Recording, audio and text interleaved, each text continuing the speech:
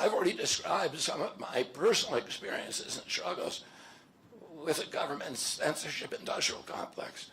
I want to say a word about the Ukraine war. The military-industrial complex has provided us with a familiar comic book justification, like they do on every war, that this one is a noble effort to stop a supervillain, Vladimir Putin, from invading the Ukraine and then to thwart his Hitler-like march across Europe. In fact, tiny Ukraine is a proxy in a geopolitical struggle initiated by the ambitions of the U.S. neocons for American global hegemony. I'm not excusing Putin for invading Ukraine. He had other options. But the war is Russia's predictable response to the reckless neocon project of extending NATO to encircle Russia, a hostile act.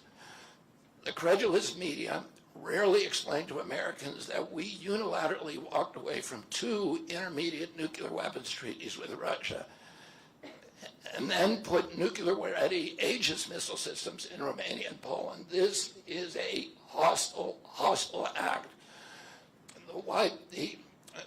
And that the Biden White House repeatedly spurned Russia's offer to settle this war peacefully.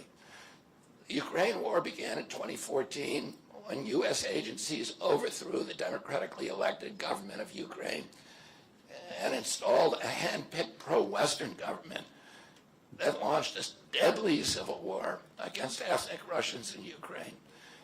In 2019, America walked away from a peace treaty, the Minsk Agreement, that had been negotiated between Russia and Ukraine by European nations. And then in April of 2022, we wanted the war. In April of 2022, President Biden sent Boris Johnson to Ukraine to force President Zelensky to tear up a peace agreement that he and the Russians had already signed, and the Russians were withdrawing troops from Kiev and Donbass and Lugansk. And that peace agreement would have brought peace to the region and would have allowed Donbass and Lugansk to remain part of Ukraine. President Biden stated that month that his objective in the war was regime change in Russia. His Defense Secretary, Lloyd Austin, simultaneously explained that America's purpose in the war was to exhaust the Russian army, to degrade its capacity to fight anywhere else in the world. These objectives, of course, have nothing to do with what they were telling Americans about protecting Ukraine's sovereignty. Ukraine is a victim in this war, and it's a victim of the West. Since then, of Russia and both Russia and the West, since then, we have, since tearing up that agreement, forcing Zelensky to tear up the agreement, we've squandered the flower of Ukrainian youth, as many as 600,000 Ukrainian kids, and over 100,000 Russian kids, all of whom we should be mourning, have died, and the Ukraine's infrastructure is destroyed. The war has been a disaster for our country as well.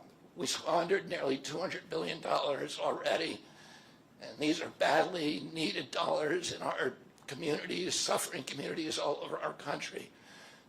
The Nord Stream pipeline sabotage and the sanctions have destroyed Europe's industrial base, which formed the bulwark of U.S. national security. A strong Germany with a strong industry is a much, much stronger deterrent to Russia, and a Germany that is deindustrialized and turned into just an extension of U.S. military base.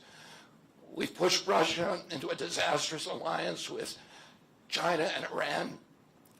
We're closer to the brink of nuclear exchange than at any time since 1962. And the neocons in the White House don't seem to care at all. Our moral authority and our economy are in shambles, and the war gave rise to the emergence of BRICS, which now threatens to replace the dollar as the global reserve currency. This is a first-class calamity for our country.